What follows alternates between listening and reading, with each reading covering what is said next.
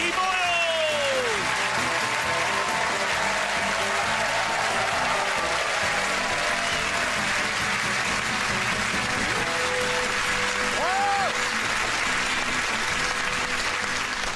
It's amazing to think, isn't it, that that's the best election result that we could have hoped for. The Conservatives forming a coalition with the political wing of the Old Testament.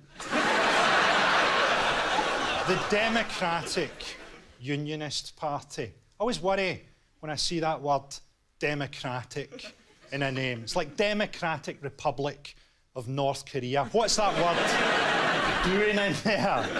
It's like calling yourself a non-rapist hypnotist.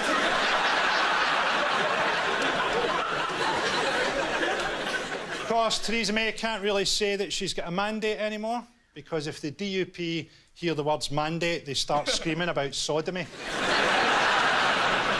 going to be interesting to see which of their policies get into the Queen's speech. This year, gay pride shall be renamed gay shame.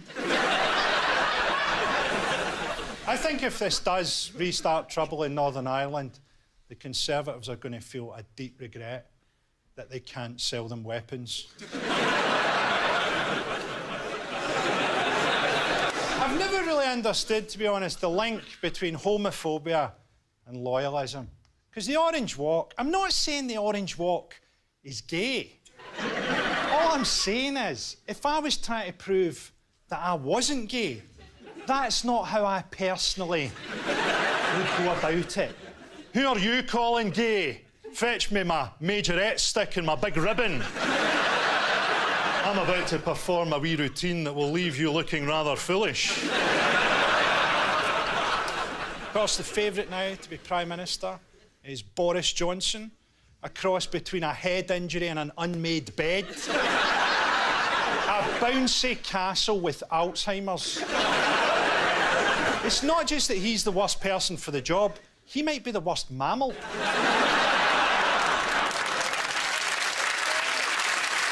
OK, let's get on with the show. Joining me to discuss this week's big topics, please welcome Sara, Pascoe and Katherine Ryan.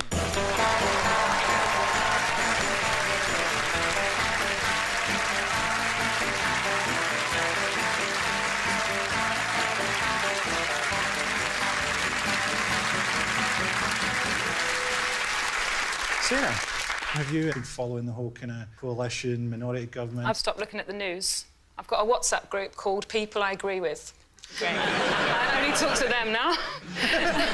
Instead of a newspaper, I'm getting a self-published zine about Nye Bevan that you can buy on Etsy. And I love it. Welcome back, Katherine. You were in America for the election, weren't you? Oh, yes. They don't understand, but I told them it's very simple. You know, in their election, the winner actually lost. But here in the UK, the winner, like, sort of won, but lost the majority, but they still won, and then the loser feels like they won, but they didn't win. Only the country that brought you cricket could deliver an election where nobody wins. Sounds incredibly complex for Americans. I think it's important to remember that they don't care about us. I keep forgetting that Trump's kind of postponed his visit, hasn't he? He won't come here, but, like, he was in Saudi Arabia dancing with the people that did 9/11.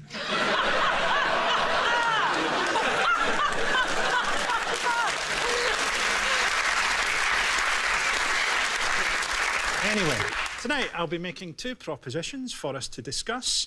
First up, Theresa May has been given a strong mandate to fuck off.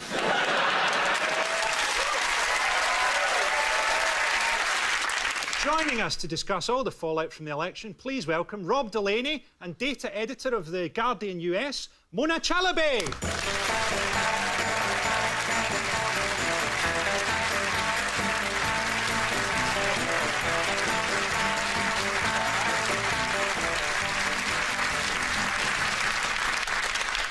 Guys, have you been following Theresa May's emotional breakdown on several levels? Oh, yeah, absolutely. I'm delighted.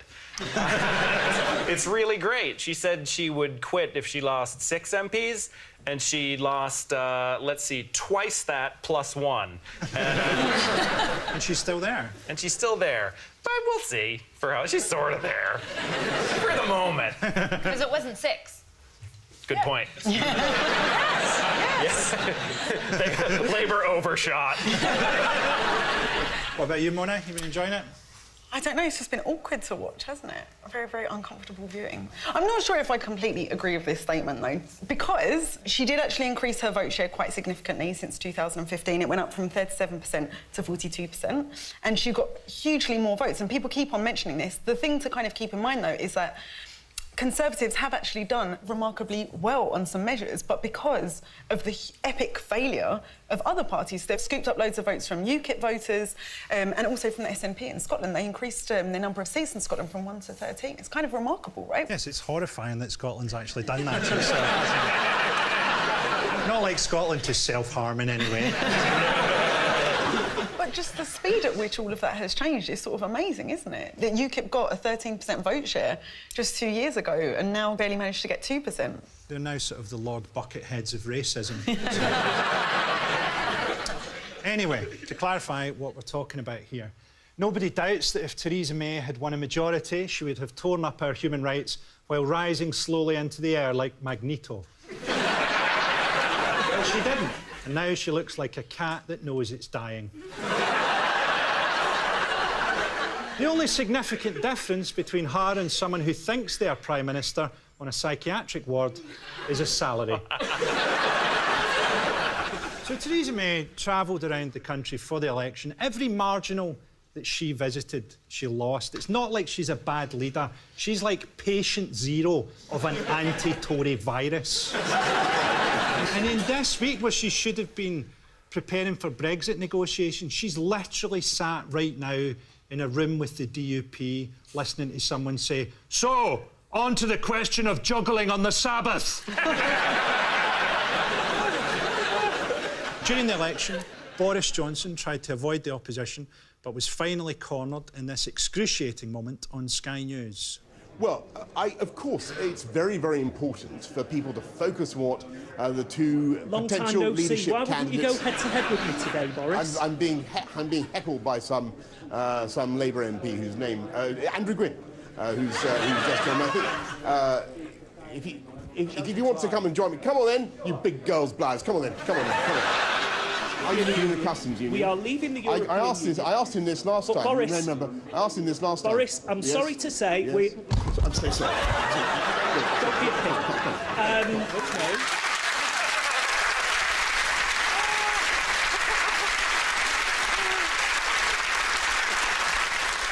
Because he just took a man and tried to throw him down. A lot of times he's so bumbling, but that's just like a physical manifestation of his policies, which are just fuck off to the ground. So I think that was an honest moment from him. I liked it. You can tell you're losing a political argument when there's unsanctioned judo.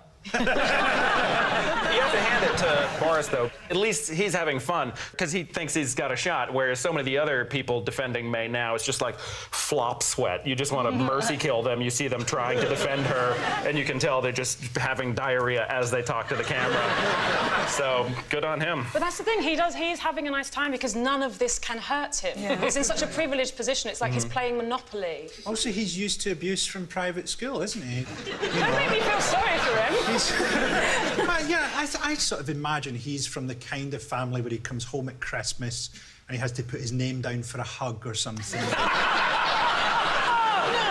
I met Boris Johnson's dad, and the trouble is, nobody's awful. He was really nice to me, and then at the end of the record, he said, "Well done. Now, is this your real job?" I was like, "Do you have a job that you do in the daytime?" That's because he's used to hanging out with hookers.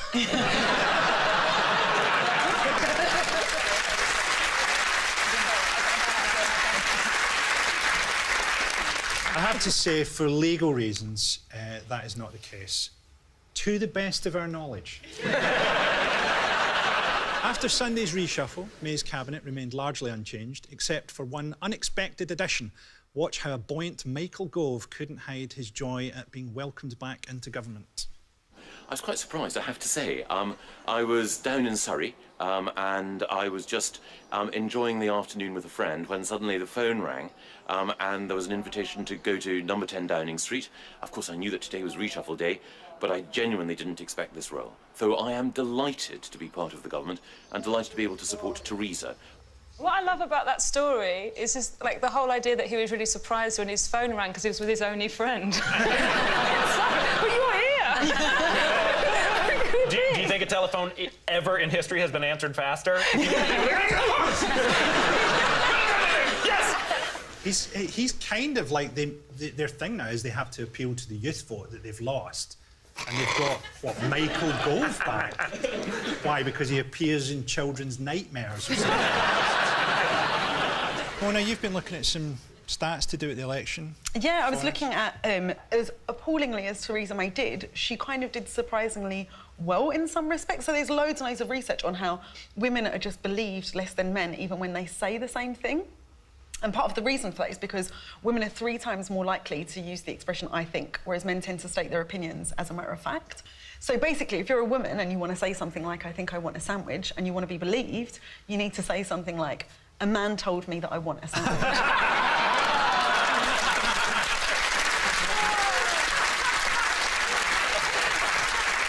Moving on.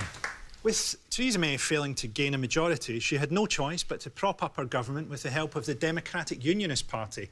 The DUP have a colourful history. Take a look at this alarming footage from a 1985 documentary of the recently re-elected Gregory Campbell. It's coming round to the band season again. And you know, there's one thing the Republicans don't like, and they don't like it in this city, and that's Protestants marching for their rights and for all that they hold dear.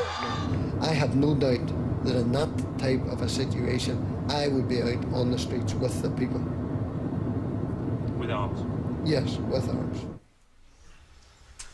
There we go, he was just elected an MP. I've actually listened to my own stand-up while loading a gun before. It's for different reasons, so I can sort of relate to him. I like the way the documentary crew came in and went, "Well, we'll get a shot of you before the speech." He was like, "Shall I do some admin?" Many Conservatives tried to avoid discussing the DUP and they made it aftermath of May's deal. Here's how windswept Ruth Davidson tackled the issue.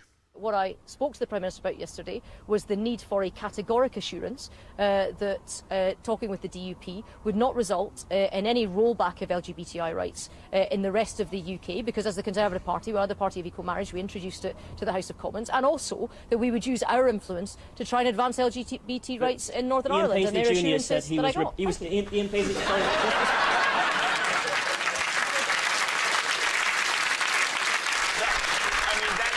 That's gay self-defense that they teach you when you're very young. When you're gay and you hear the words Ian Paisley, you just run away. Yeah.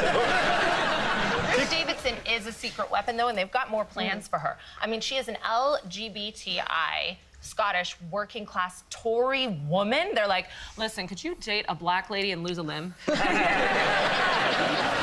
a diversity home run. I don't know, it's not so much of an achievement to appeal to hatred and division in Scotland. There's another interesting headline here from the DUP, from the Belfast Telegraph. DUP MP Gregory Campbell wants sale of Ouija boards regulated. That was that guy who was loading the gun. He's worried about people coming from hell. I think he's just scared because the one time he used a Ouija board, his dead grandmother told him he was an asshole. She wasn't even dead. How are they getting policies from like 1,000 years ago if they're not communicating with the dead? So, in conclusion, Theresa May was not alone in miscalculating the outcome of the general election. The pollsters, the Blairites, Tim Farron, everyone got it wrong. Well, I say everyone. When Theresa May called the election back on April the 18th, I wrote a prediction on a piece of paper and sealed it in an envelope. This is that envelope. Mona, would you open this envelope and read out what I wrote? Could you read it out for us, please? Okay. It says James Corden is a prick.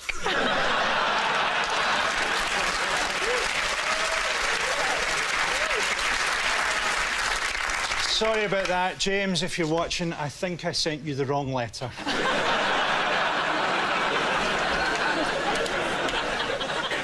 OK, on on to the next proposition, which is this. Donald Trump will save the world.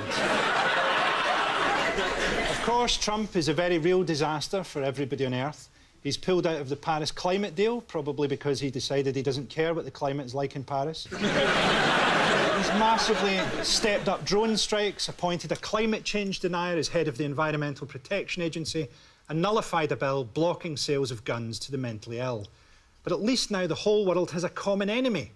Really, we couldn't have had a clearer message that we all need to set aside our differences and work together if America had elected the Daleks. Say what you like about Donald Trump, but he's done things that people said were impossible, like made Twitter worse. I always think Trump speaks a bit like a husband who lost control of the domestic finances in the week before he hangs himself. Yeah, I did some really successful business today. Business meeting, it was really successful. Really? Because Diane said that she saw you down the park. Did a park meeting! Yeah! Some really successful park business getting done.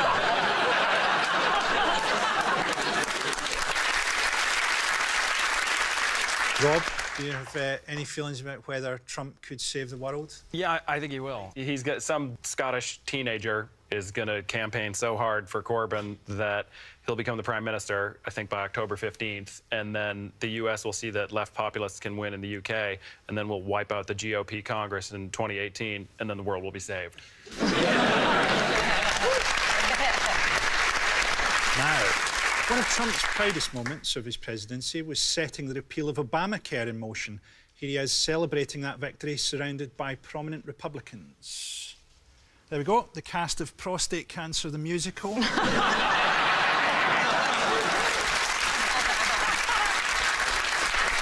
course, many Americans don't share Trump's views on Obamacare. Watch how one Republican congressman learned that the hard way in this combative footage. No one wants anybody to die. You know, that line is so indefensible. Nobody dies because they don't have access to health care.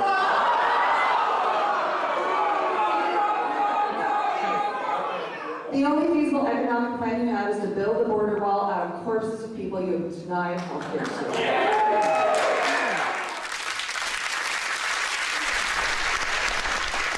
It's tough to heckle at a town meeting like that and have it not absorbed as brainstorming.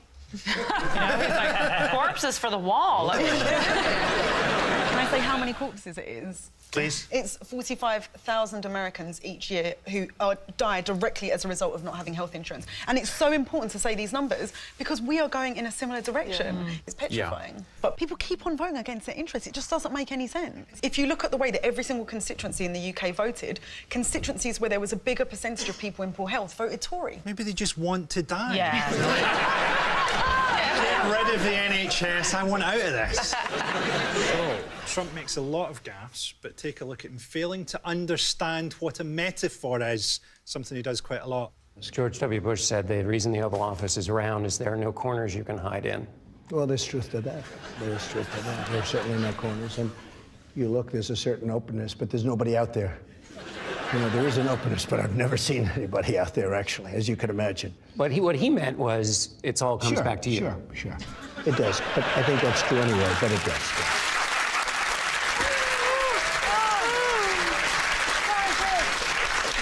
But what noted moron George W. Bush meant, and he doesn't even know. I loved it, but he said it with the resignation of someone who had tried to play hide and seek in there. There's no corners.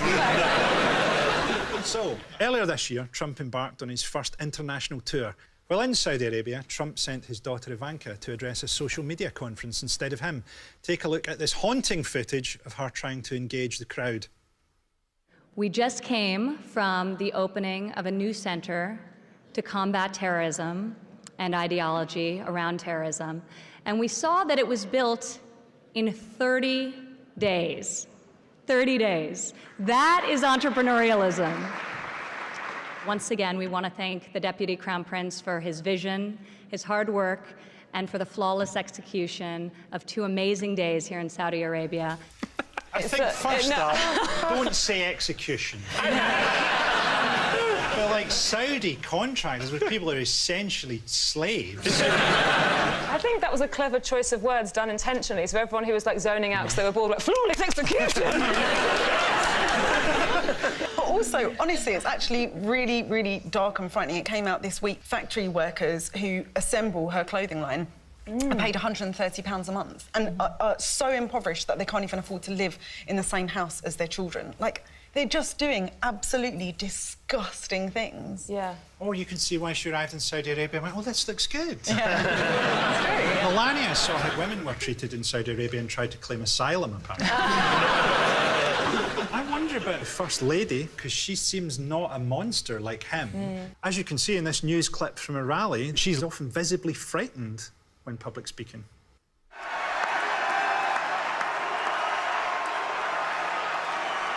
Thank you. Let us pray. Our Father, who art in heaven, hallowed be thy name. Thy kingdom come, thy will be done, on earth as it is in heaven. To me, that's just like The Omen 6 or something. That's just the start of some horrendous horror movie. She's living a horror movie. She looks like she's trying to unlearn English. If you watch old videos of Melania, you're right. She has unlearned English. She is less good at English than she was 10 years ago. And I feel like she's mentally regressing to the time before she knew him. She's now the only Make-A-Wish patron who's also a client. I wonder if, as she unlearns English, she starts to understand Donald better. Oh, this makes sense now. This life is not a good life. And they show all those photos she takes on her social media, just looking out. Speaking of that, you know that she has like a First Lady Twitter account. She put up a picture the other day. There we go. Looking forward to the memories we'll make in our new home. Looking forward to the memories. There's someone who's living in the moment. Oh, I can't wait till this is just a memory. She's lit candles in the day, and you can see how they've been blown out just by her screaming at this. Trump sometimes conducts business in a sleazy manner, as this documentary following him around Scotland demonstrates. Miss Scotland, remember? So you won't be going to the Miss Universe pageant, and who's going? Who's going? How do you rate her? Yeah. Good. Yeah. You think she's good? Yeah. So you have your Oh, I don't know. I'd need to. Yeah. Are you from this area? That's not so bad. That's close enough. She's beautiful. Thank you. She may want to work for. Yeah.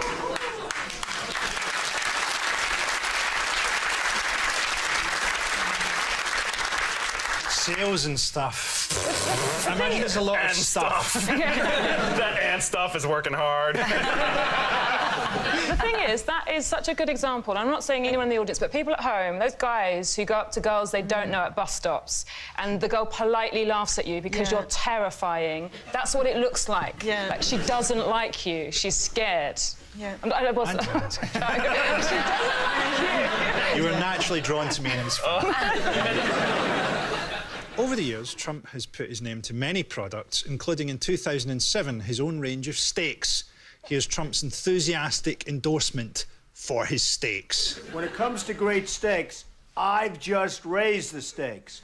Trump steaks are the world's greatest steaks, and I mean that in every sense of the word. One bite, and you'll know exactly what I'm talking about. And believe me, I understand steaks. It's my favorite food.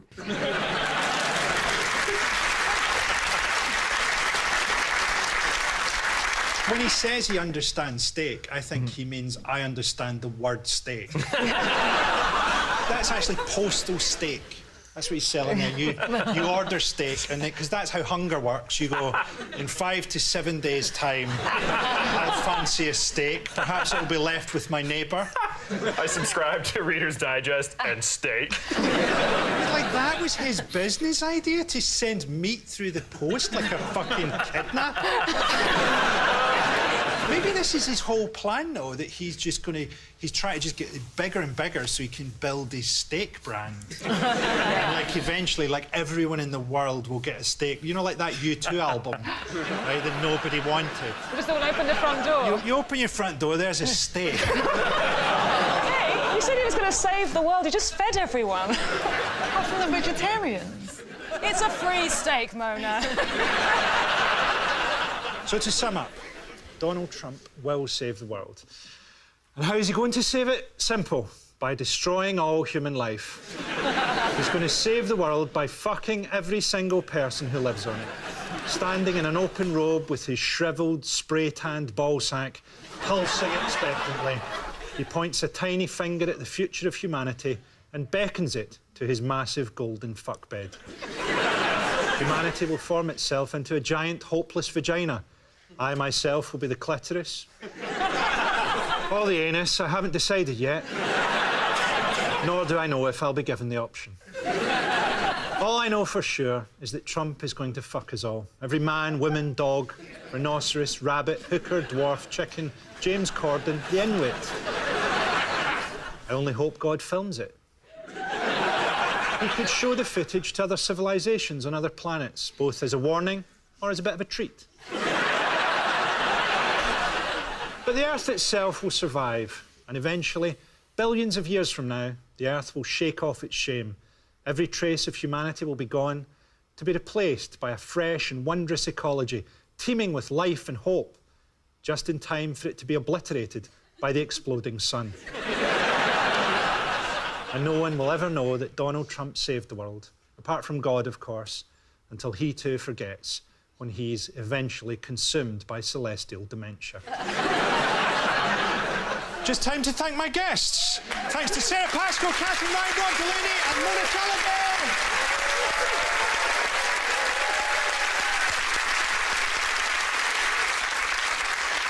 But before I go, I'd like to leave you with this thought. Earlier this month, something extraordinary happened. A 31-year-old climber, Alex Honnold, completed a 3,000-foot rope-free ascent of El Capitan in Yosemite National Park. Impressed as I am by his almost superhuman tenacity, Honnold's grip on that sheer Californian granite is as nothing compared to Theresa May's determination to cling on to power.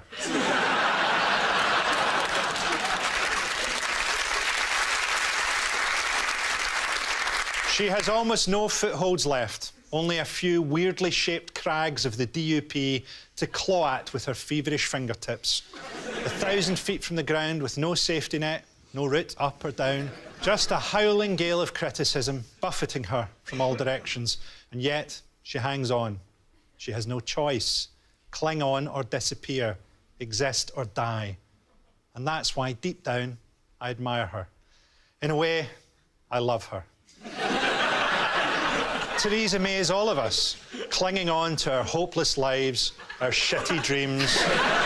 She's locked in to an existential rictus of terror, devoid, as we know, of any other human quality except tenacity, having no spark of wit, no warmth, no sincerity, no empathy, nothing except her refusal to let go and tumble away onto the blessed release of the rocks below.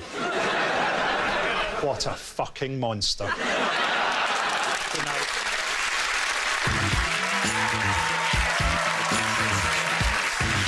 With live music from Glastonbury next Friday, Frankie returns in 2 weeks. And starting a brand new series, this stand-up from Sara Pascoe. She's live from the BBC. It's available now online with BBC 3. Next, it's Newsnight.